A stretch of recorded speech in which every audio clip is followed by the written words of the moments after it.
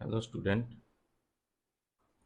প্রথম দিন যে ক্লাস নিয়েছিলাম ওই ক্লাসে প্রথম শতকরা কাকে বলে, শতকরা আমরা কিভাবে প্রয়োগ করব অঙ্কে, এবং শতকরার কিছু বেসিক অঙ্ক আমরা দেখেছিলাম।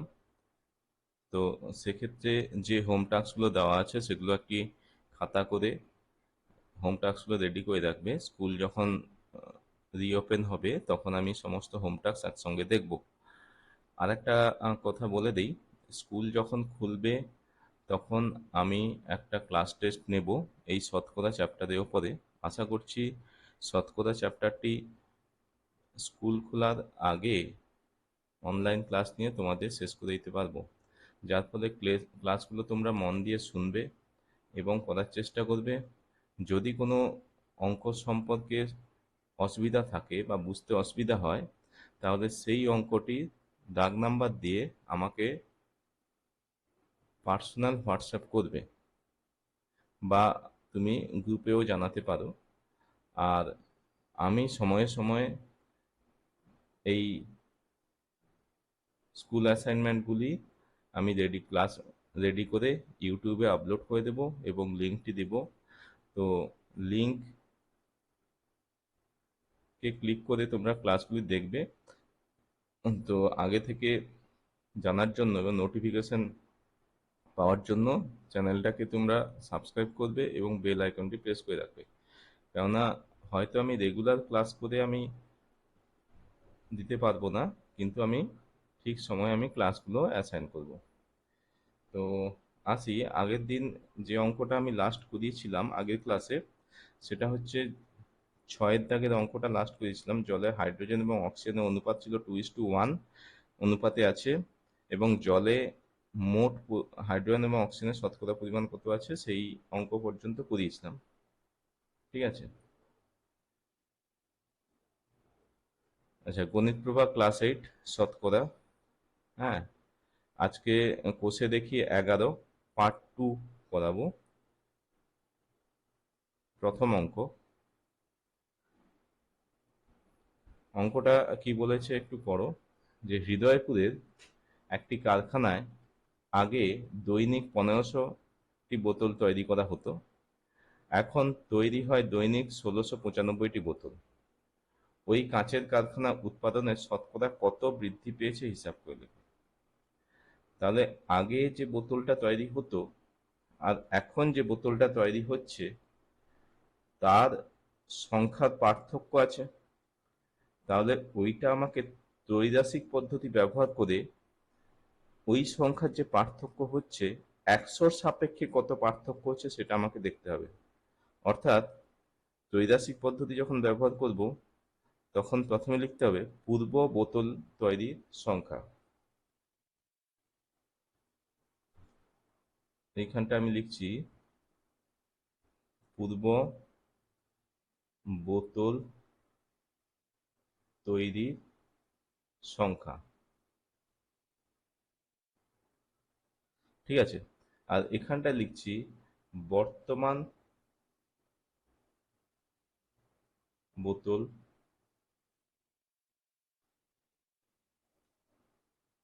তৈরির সংখ্যা।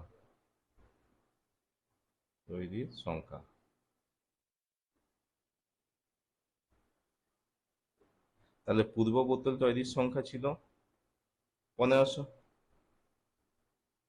আর বর্তমান বোতল তৈরির সংখ্যা হচ্ছে 1695। তাহলে বাদ করতে হবে 100-র সাপেক্ষে কত। 100-র সাপেক্ষে কত সেটা বাদ করতে হবে। এটা আমি এক্স ধরলাম। তাহলে ত্রৈরাশিক পদ্ধতিতে যদি বাদ করি তাহলে একটা বিষয় ভেবে দেখো, যদি 1500 বর্তমান থাকে, 1500 যদি আগে তৈরি হয়, বর্তমান হচ্ছে 1695 বাড়ছে, তাহলে 100 সাপেক্ষেও বাড়বে নিশ্চয়ই। তাহলে এটা হচ্ছে সরল সম্পর্কযুক্ত। তাহলে পূর্বের বোতল তৈরির সংখ্যা এবং বর্তমান বোতল তৈরির সংখ্যা পরস্পর সরল সম্পর্কযুক্ত।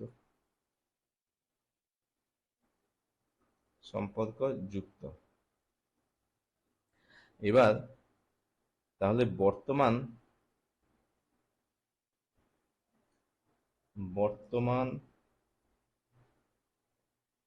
বোতল তৈরির সংখ্যা হবে, বোতল তৈরির সংখ্যা সমান হবে, সরল সম্পর্ক যেহেতু 100/1500, 100/1500 ইন্টু 1695। তাহলে এখানে 0 0 দুটো কাটবে, আর এখানটায় 5 3 15, আর এখানটা হবে 339। তাহলে সংখ্যাটি দাঁড়াবে 33,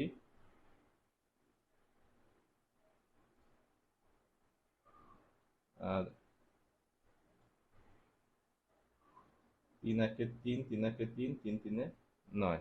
তাহলে 113 সংখ্যাটি যেটা দাঁড়াবে সেটা হবে গিয়ে 113।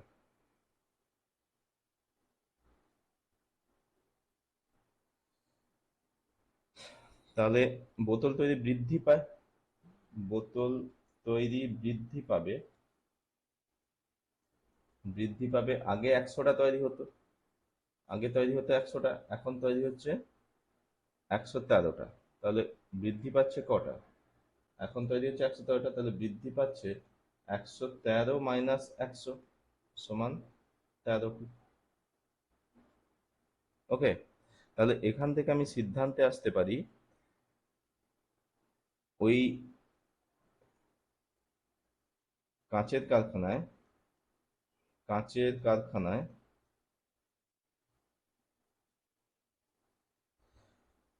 13%, যেহেতু 100 সাপেক্ষে হিসাব করেছি, 13% উৎপাদন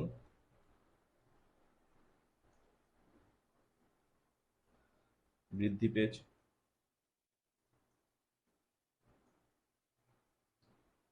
ঠিক আছে, তাহলে প্রথম থেকে আবার একবার বলে দিচ্ছি, দেখে নাও। এখানটা বলেছে ফরিদপুরে একটি কারখানায় দৈনিক দৈনিক 1500টি বোতল তৈরি হতো, এখন সেটা দৈনিক তৈরি হচ্ছে 1695।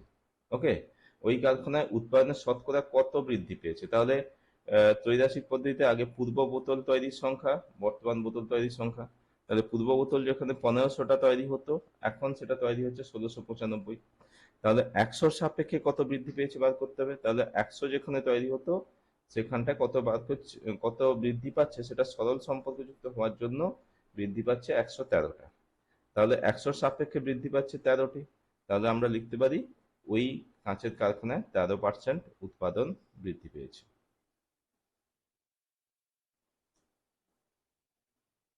ঠিক আছে, পরের কোশ্চেনটা দেখি। বলছে তৃষা মিলন দাদার বইয়ের দোকান থেকে একটি বই কিনলো। মিলন দাদা বইয়ের লেখার উপরে পর্যায়ক্রমে 10% এবং 5% ছাড় দিল। বইটি লেখার উপরে 200 টাকা লেখা থাকলে তৃষা মিলন দাদাকে কত টাকা দিল হিসাব করে দিল। আচ্ছা, যখন আমরা কোনো বই কিনতে যাই, সেই বইয়ের উপর দাম যেটা থাকে সেই দামের উপরে ভিত্তি করে কিছু পার্সেন্টেজ ছাড় দেয় বই দোকানে। তো আহ, সেটা কত পার্সেন্টেজ ছাড় দেয় সেটা বই দোকানের উপর নির্ভর করে। কিন্তু মিলন দাদা যে বইটা বিক্রি করছে সে বলছে বইয়ের লেখা যে দাম আছে তাতে পর্যায়ক্রমে 10% 5%। মানে এখানে যদি তোমরা ভেবে নাও যে 10 + 5 = 15% ছাড় দিচ্ছে, তাহলে ভাবনাটা হবে ভুল। কেন?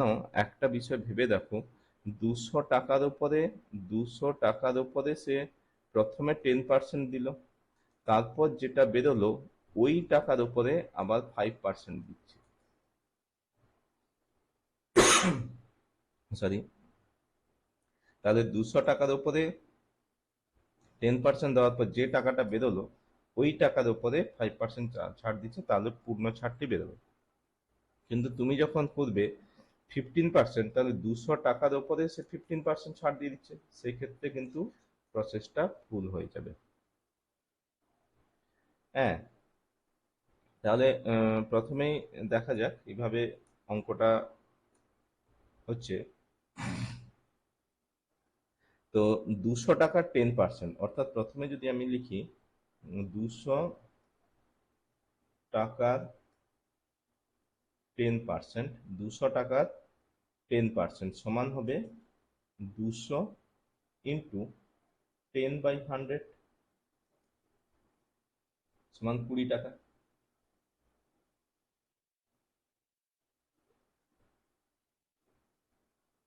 তাহলে 200 টাকার ওপর 20 টাকা যখন ছাড় দিচ্ছে, 200 টাকার উপর 20 টাকা ছাড় দিলে 20 টাকা ছাড় দিলে বইটির দাম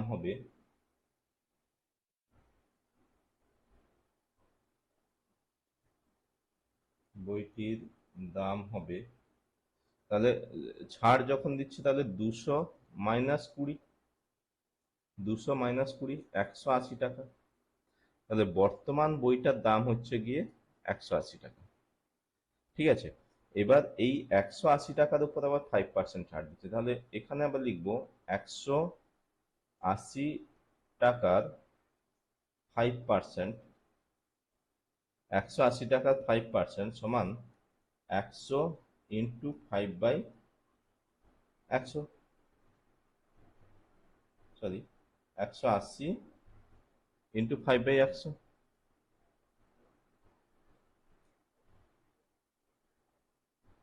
সমান কাটাকাটি করলে এটা আসছে গিয়ে 9 টাকা। তাহলে 180 টাকার উপর 9 টাকা ছাড় দিলে বইটির দাম হবে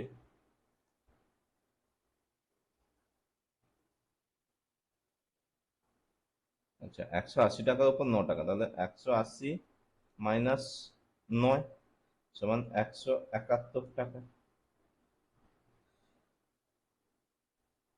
তাহলে সিদ্ধান্ত লিখবে অতএব তৃষা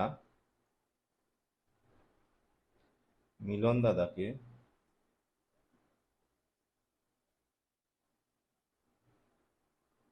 171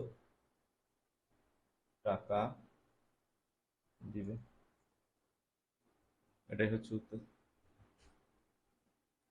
তাহলে আবার প্রথম থেকে একটু বুঝিয়ে দিই, সেটা হচ্ছে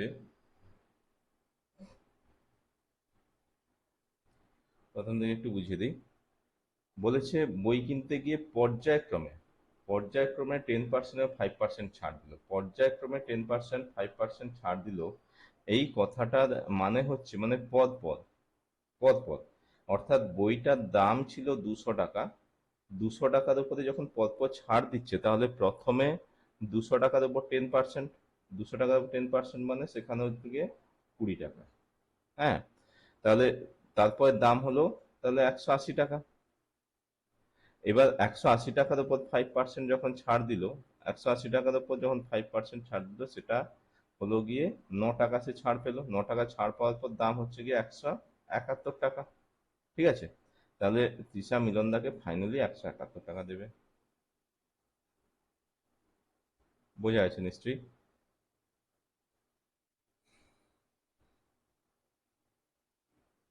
আচ্ছা, পরের কোশ্চেনটা যাই।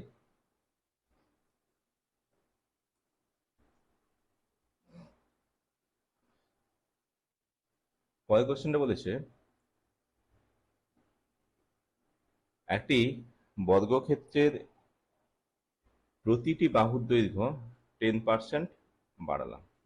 বর্গক্ষেত্রে ক্ষেত্রফলের শতকরা কত বাড়ালে ত্রৈমাসিক পদ্ধতি হিসাব করে লিখুন। আচ্ছা, প্রথমে আমরা জানি বর্গক্ষেত্র কাকে বলে। বর্গক্ষেত্র বলতে বোঝাচ্ছে একটি চতুর্ভুজের 4টি বাহু সমান। চতুর্ভুজের 4টি বাহু সমান অর্থাৎ এই ধরো এ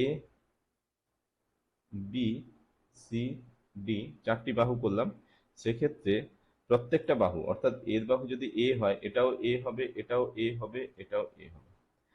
তাহলে একটি চতুর্ভুজের ক্ষেত্রফল যদি ধরি, ক্ষেত্রফল, তাহলে হয় দৈর্ঘ্য গুণিত প্রস্থ। তাহলে এখানটায় দৈর্ঘ্য হচ্ছে এ আর প্রস্থ হচ্ছে এ, তাহলে এ স্কোয়ার মানে বাহুর স্কোয়ার। এবার সেই ক্ষেত্রফলের যে বাহু, ক্ষেত্রফলের যে বাহু সেটা 10%, মানে আগে যদি এ হয় এখন বৃদ্ধি পেয়ে হবে গিয়ে 10/100 সমান, বৃদ্ধি পেয়ে হবে a প্লাস 10/100 সমান 11a/10, এটা হবে। এবার এইটার নতুন বাহু যে তৈরি হলো সেই নতুন বাহুর সাপেক্ষে ক্ষেত্রফলটা কত হচ্ছে, আগের ক্ষেত্রফলটা যেটা ছিল আর নতুন বাহুর সাপেক্ষে ক্ষেত্রফলটা কত হচ্ছে সেটা হিসাব করার পরে সেই ক্ষেত্র নতুন ক্ষেত্রফল থেকে পুরনো ক্ষেত্রফল বাদ দিলে যেটা হবে সেটাই হচ্ছে বৃদ্ধিপ্রাপ্ত ক্ষেত্রফল। ঠিক আছে? আচ্ছা ঠিক আছে, স্টেপ বাই স্টেপ অঙ্কটা আমরা করে দেখি কি হচ্ছে।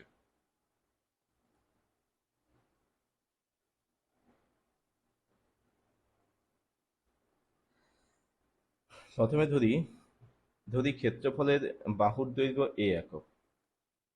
ধরি ক্ষেত্রফলের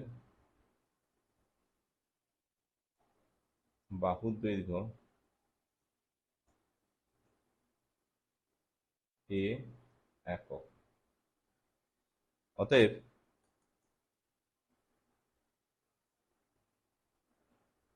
ক্ষেত্রফলের নয়, কথাটা একটু ভুল হবে, বর্গক্ষেত্রের, বর্গক্ষেত্রের বাহুর দৈর্ঘ্য এ একক। অতএব বর্গক্ষেত্রের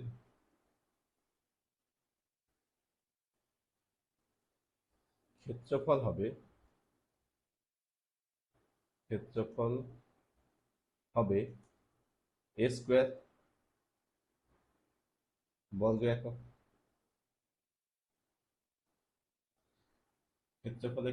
বর্গক্ষেত্রের ক্ষেত্রফল হবে এ স্কোয়ার বর্গ একক।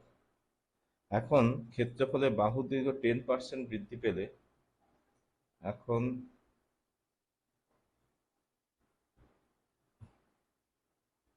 ক্ষেত্রফলের বাহুর দৈর্ঘ্য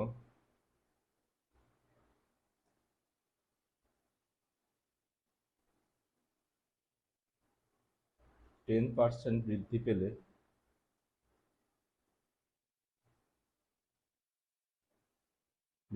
বাহুর দৈর্ঘ্য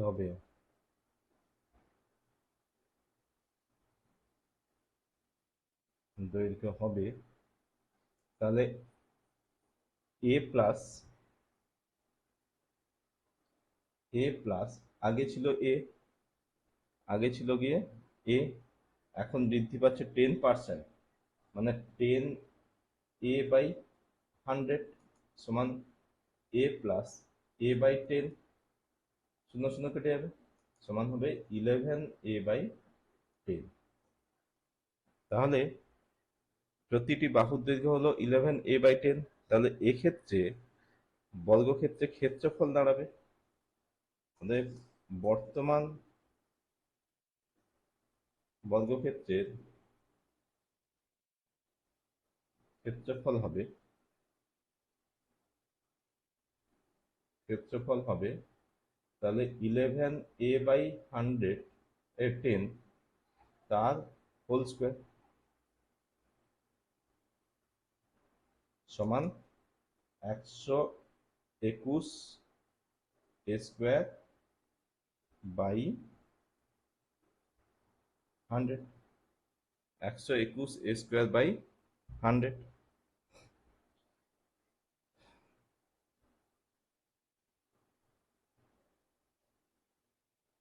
ঠিক আছে? তাহলে এক্ষেত্রে আগে ক্ষেত্রফলটা কত ছিল, এ স্কোয়ার, এখন ক্ষেত্রফল হচ্ছে 121 স্কোয়ার বাই 100। তাহলে এক্ষেত্রে ক্ষেত্রফল বৃদ্ধি পায়, ক্ষেত্রফল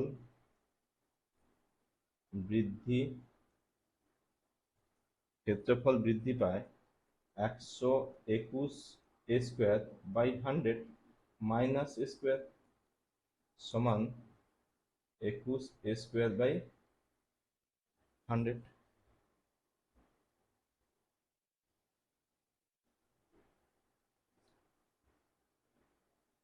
21 স্কোয়ার বাই 100। এবার এ স্কোয়ার ছিল, বৃদ্ধি পাচ্ছে 21 A²/100, তাহলে 100-তে কত বৃদ্ধি পায়? অতএব ক্ষেত্রফলের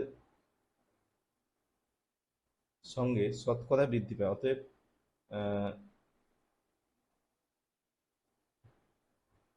এইখানটায় জায়গা দরকার, এখানটায় মুছে দিচ্ছি। তাহলে ত্রৈরাশিক পদ্ধতিতে বার করতে বলেছে, তাহলে বর্গক্ষেত্রের ক্ষেত্রফল আর ক্ষেত্রফল বৃদ্ধি পেয়েছে। এখানে লিখতে হবে বর্গক্ষেত্রের ক্ষেত্রফল, ক্ষেত্রফল আর ক্ষেত্রফল বৃদ্ধি পেয়েছে, ক্ষেত্রফল বৃদ্ধি পেয়েছে। তাহলে বর্গক্ষেত্রের ক্ষেত্রফল হচ্ছে গিয়ে A², আর ক্ষেত্রফল বৃদ্ধি পেয়েছে 21 A²/100। হুম,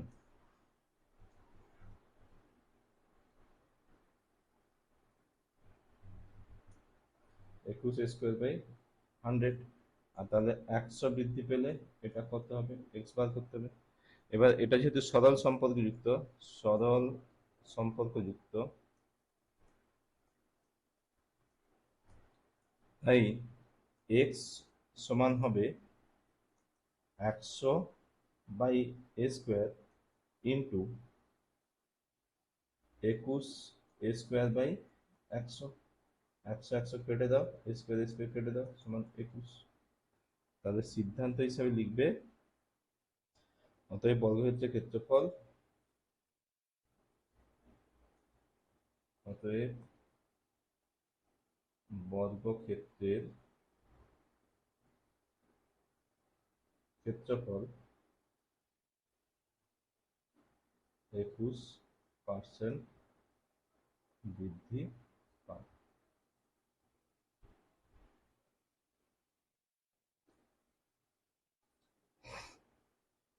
বোঝা যাচ্ছে নিশ্চয়ই? আরেকবার এই ত্রৈরাশিকটা বুঝিয়ে দিই। সেটা হচ্ছে আগে ছিল A², এখন বৃদ্ধি পেয়ে বেরিয়েছে গিয়ে 21 A²/100। তাহলে এখন যদি 100 হয় তাহলে এটা কত বৃদ্ধি পাবে সেটা বার করতে হবে। তাহলে এক্স যেহেতু সরল সম্পর্কযুক্ত, তাহলে এক্স সমান হবে 100/A² ইন্টু 21 A²/100। A² কাটবে, 100 তাহলে 21। তাহলে 21টা হচ্ছে 100-র সাপেক্ষে, 100-র সাপেক্ষে। তাহলে আমরা বলতে পারি বর্গক্ষেত্রের ক্ষেত্রফলটি 21% বৃদ্ধি পেয়েছে। ঠিক আছে? আচ্ছা, পরের অঙ্কে যাই।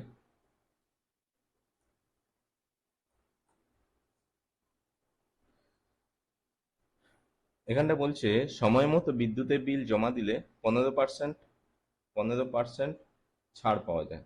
সময় মতো বিদ্যুতের বিল আমার কাকিমা জমা দেওয়ার পর 54 টাকা ছাড় পেয়েছে। তাহলে বিদ্যুতের বিলের পরিমাণ কত ছিল? তাহলে এখানটায় আমি কথা যেটা বলছে সেটা হচ্ছে, যদি আমরা বিদ্যুতের বিল, প্রত্যেক মাসে বিদ্যুতের বিল আসে প্রত্যেক 3 মাস অন্তর, সেখানে একটা বিদ্যুতের বিলের রিডিং দেওয়া থাকে, সেই রিডিংয়ে কত বিল হয়েছে সেটা জেনারেট করে দেওয়া থাকে। তো সেখানে বলা থাকে যে একটা নির্দিষ্ট সময়, একটা মাসের প্রথমে একটা নির্দিষ্ট সময়, ধরো 12 তারিখ দেওয়া থাকলো, তাহলে 12 তারিখ যে দেওয়া আছে সেই 12 তারিখের মধ্যে যদি বিদ্যুতের বিল দাও তাহলে তুমি 15% ছাড় পাবে। এবার 12 তারিখের বাইরে যদি তুমি বিদ্যুতের বিল দাও তাহলে কোনো ছাড় পাবে না। তাহলে সেখানটায় কাকিমা কি করেছে, বিদ্যুতের বিল জমা দিয়ে সে 54 টাকা ছাড় পেয়েছে। তাহলে বিদ্যুতের বিলটা কত ছিল? হ্যাঁ, তাহলে 15% যে ছাড় দিচ্ছে, এই 15% ছাড় দিচ্ছে এই কথাটা মানে কি? তাহলে অরিজিনাল বিদ্যুতের বিল 100 টাকা, ছাড় পাচ্ছে 15 টাকা, তাকে বিল মিটাতে হচ্ছে কত? 85 টাকা।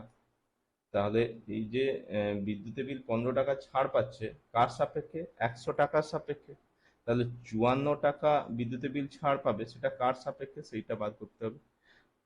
হ্যাঁ, তাহলে এটা যদি আমি ত্রৈরাশিক পদ্ধতি ব্যবহার করি, তাহলে প্রথমে যেটা লিখতে হবে, বিদ্যুতের বিল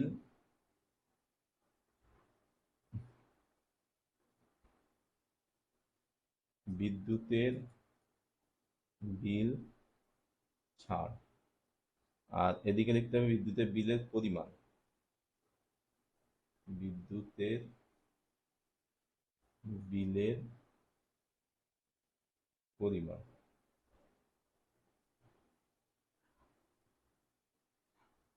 বিদ্যুতের বিল ছাড় 15 টাকা, কার সাপেক্ষে, কতর সাপেক্ষে 15 টাকা ছাড় পাই, 100-র সাপেক্ষে।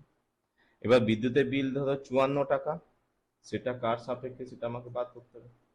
হ্যাঁ, তা এখানটায় সম্পর্কটা সরল সম্পর্কযুক্ত, কেননা 15 টাকা 100 টাকা 54 টাকা নিশ্চয়ই বেশি হবে, তাহলে এটি সরল সম্পর্ক, বিদ্যুতের বিলের ছাড়ের সঙ্গে বিদ্যুতের বিলের পরিমাণ সরল সম্পর্ক। বিদ্যুতের বিলের ছাড়ের সঙ্গে বিদ্যুতের বিল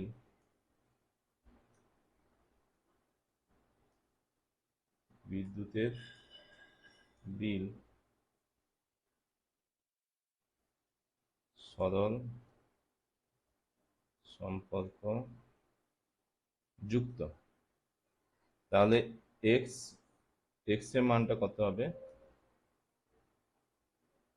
এক্স সমান হবে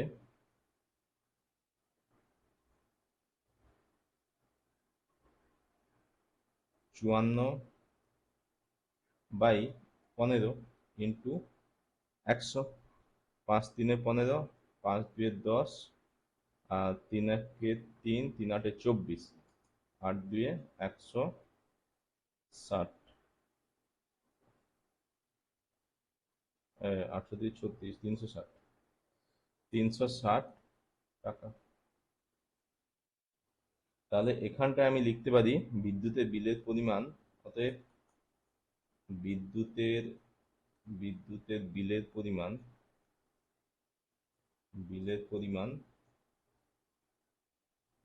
360 টাকা। ওকে, আরেকবার দেখে নাও। সেটা হচ্ছে গিয়ে 15% বিদ্যুতের বিল ছাড় দিচ্ছে। 15% মানে 15 টাকা যদি ছাড় দেয়, তার প্রকৃত বিদ্যুতের বিল হচ্ছে 100 টাকা। এবার 54 টাকা ছাড় পেয়েছে, 54 টাকা ছাড় পেয়েছে, তাহলে প্রকৃত বিদ্যুতের বিল কত, এটা বার করতে হবে। এখানটা বিদ্যুতের বিলের সঙ্গে বিদ্যুতের ছাড়ের যে সম্পর্ক, সেটা হচ্ছে সরল সম্পর্কযুক্ত। তাহলে সরল সম্পর্কযুক্ত হলে এক্স এর মানটা হচ্ছে গিয়ে 360 টাকা বেরোবে। তাহলে বিদ্যুতের বিলের পরিমাণ 360 টাকা।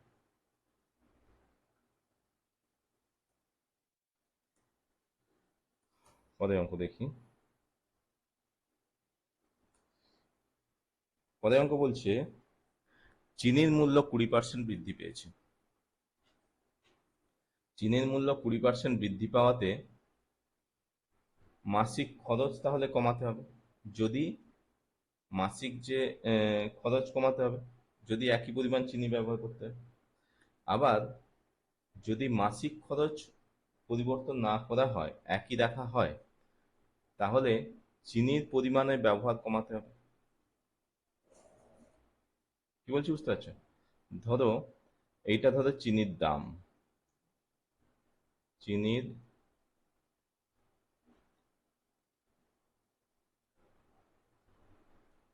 চিনির দাম, এটা ধরো পরিমাণ। এবার চিনির দাম যদি বাড়তে থাকে, তাহলে পরিমাণটা কমাতে হবে। ঠিক আছে, যদি মাসিক খরচ অপরিবর্তিত রাখতে হয়, মাসিক খরচ যদি অপরিবর্তিত রাখতে হয়, এটাই তো কথা।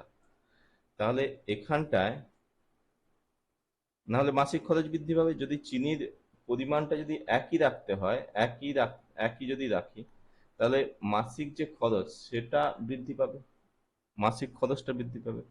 তাহলে এখানটা বলেছে মাসিক খরচটা অপরিবর্তিত রাখতে হবে। আর মাসিক খরচ যদি অপরিবর্তিত থাকে, চিনির খরচাটা কমাতে হবে হিসাব মতো। তাহলে এখানে আমাকে বার করতে হবে যে চিনির খরচটা ব্যবহার কত কমাতে হবে। আমি ধরলাম এখানে যে আগে 100 টাকায় 100 একক চিনি পাওয়া যেত।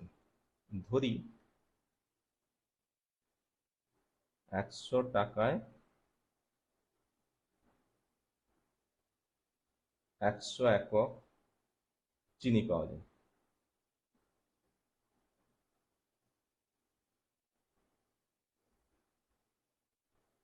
100 টাকায় 100 একক চিনি পাওয়া যায়। এবার 20% বৃদ্ধি পেয়েছে, তাহলে 20% যদি বৃদ্ধি পায়, ওই 100 একক চিনি পেতে আমাকে খরচা করতে হবে 120 টাকা। তাহলে 20% মূল্য, চিনির মূল্য বৃদ্ধি পাওয়ায়, চিনির মূল্য বৃদ্ধি পাওয়ায়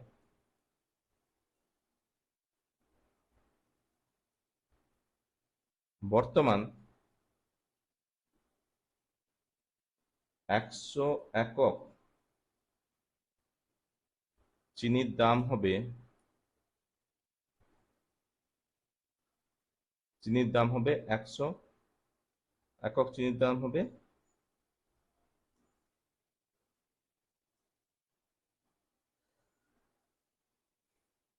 100 প্লাস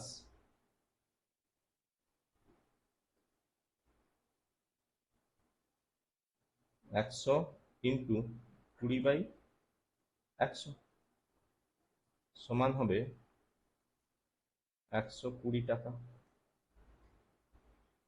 100 তো আগে ছিল, তার সঙ্গে 100 ইন্টু 20/100 কত বৃদ্ধি পেয়েছে? 20 টাকা বৃদ্ধি পেয়েছে। 20 টাকা বৃদ্ধি পাওয়ার জন্য এখন চিনির দাম, ওই 100 একক চিনির দাম হয়েছে গিয়ে 120 টাকা। ওকে, এবার পরের বিষয়টা আসি, যে চিনির মূল্য, চিনির মূল্য আর চিনির পরিমাণ, যেটা প্রথমে বলেছিলাম, চিনির পরিমাণ।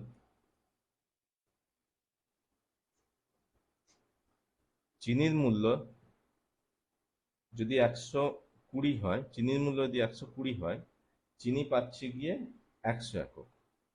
প্রথমে বার করলাম চিনির মূল্য যদি 120 হয়, চিনি পাবো 100 একক। এবার চিনির মূল্য ধরলাম 100 টাকা, যেহেতু 100 টাকায় 100 একক চিনি, এটা প্রথমে। এখানটা যেহেতু বলেছে মাসিক খরচ অপরিবর্তিত রাখতে, মাসিক খরচটা অপরিবর্তিত রাখতে, তাহলে মাসিক খরচ যদি অপরিবর্তিত রাখা হয়, তাহলে 100 টাকাই রাখতে হবে। তাহলে 100 টাকা যখন রাখতে হচ্ছে,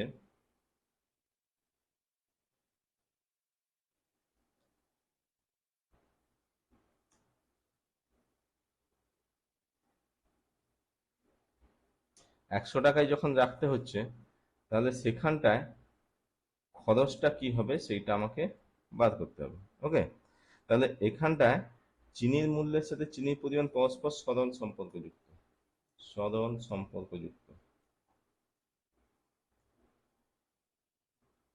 তাহলে এক্স এর মান হবে, এক্স ইকুয়ালস টু হবে 100/120 ইন্টু 100।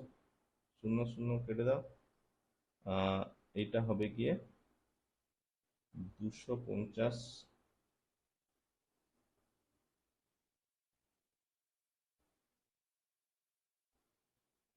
4 3 12, 25 4 100 সমান 250/3 একক। তাহলে মাসিক খরচ কমাতে হবে কার সাপেক্ষে? আগে মাসিক খরচ হতো কত? আগে মাসিক খরচ হতো 100 একক, সরি, আগে মাসিক খরচ হতো 100 একক, এখন মাসিক খরচ হচ্ছে 250/3 একক। হ্যাঁ, তাহলে মাসিক খরচ কত কমাতে হচ্ছে সেটা আমরা দেখি। অতএব মাসিক খরচ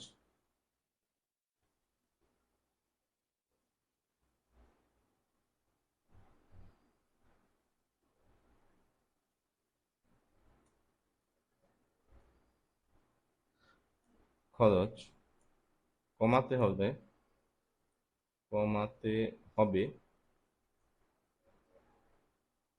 100 মাইনাস 250/3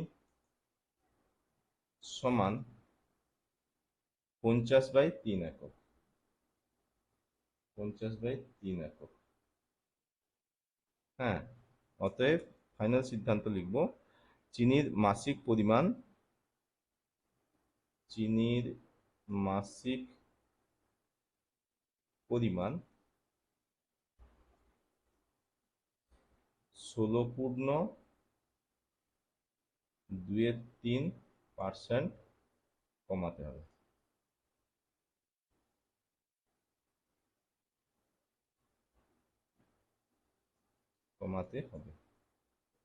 মাসিক ব্যবহারের পরিমাণ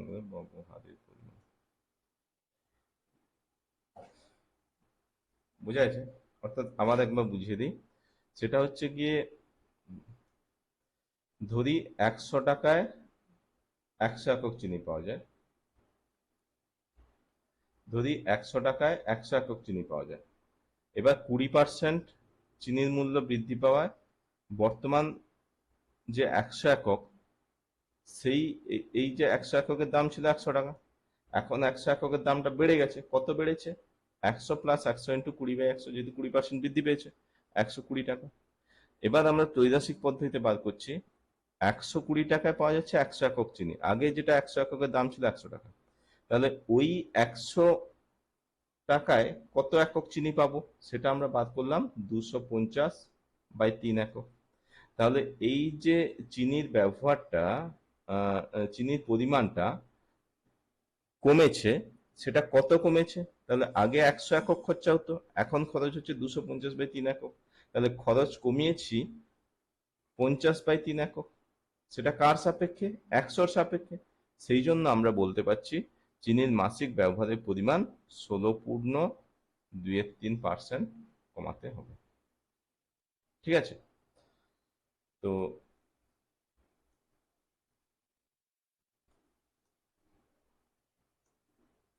আজকের ভিডিও এতটাই থাক। হ্যাঁ, পরের ক্লাসে 13 থেকে শুরু করব। একটি হোম টাস্ক থাকলো, সেই হোম টাস্কটা দাগ নাম্বারটা হচ্ছে গিয়ে 8-এর দাগ। 8-এর দাগে হোম টাস্ক থাকলো, 8-এর দাগেটা বাড়ি থেকে করে আনবে, খাতায় করে রাখবে। ঠিক আছে? Thank you students. পরের ভিডিও পাওয়ার জন্য অবশ্যই হোয়াটসঅ্যাপের দিকে নজর রাখবে আর চ্যানেলটিকে সাবস্ক্রাইব করবে।